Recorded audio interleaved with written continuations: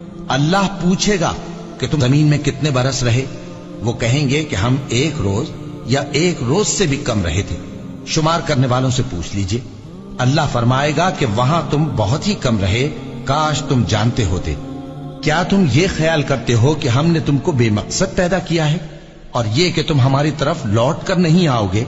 तो अल्लाह जो सच्चा बादशाह है, उसकी शान इससे ऊंची है। उसके सिवा कोई माबूद नहीं, वही अर्श करीम का मालिक है।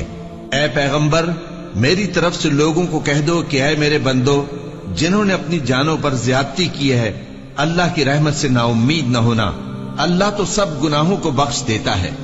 बेशक वही तो है बड़ा बख्शने वाला, बड़ा मेहरबान। और इससे पहले कि तुम पर अजाब आ वाक़े हो, अपने परवरदिगार की तरफ रुजू करो और उसके फर्माबरदार हो जाओ, वरना बाद में तुमको मदद नहीं मिलेगी। और इससे पहले कि तुम पर नागहां अजाब आ जाए और तुमको खबर भी ना हो, इस निहायत अच्छी किताब की जो तुम्हारे परवरदिगार की तरफ से तुम्हारी जानिब नाजिल हुई है, पैरवी करो।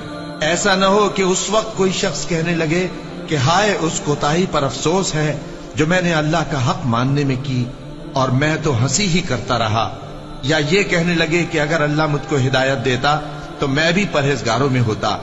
या जब अजाब देख ले तो कहने लगे कि अगर मुझे फिर एक दफा दुनिया में जाना हो तो मैं नेकूकारों में हो जाऊं। इरशाद होगा, क्यों नहीं, मेरी आयतें तेरे पास पहुंच गई थी मगर तूने उनको झुटलाया और शेखी में आ गया और तू काफिर बन गया। और ऐ मुखातब, जिन लोगों ने अल्लाह पर झूठ बोला, तुम क़यामत के दिन देखोगे कि उनके चेहरे स्याह हो रहे होंगे। क्या तकब्बुर करने वालों का ठिकाना दोज़ख में नहीं है? और जो परहेजगार हैं, उनकी कामयाबी के सबब अल्लाह उनको नजात देगा, न तो उनको कोई तकलीफ पहुंचेगी और न वो गमनाक होंगे। अल्लाह ही हर चीज का पैदा करने वाला है और वही हर चीज का निगरां है।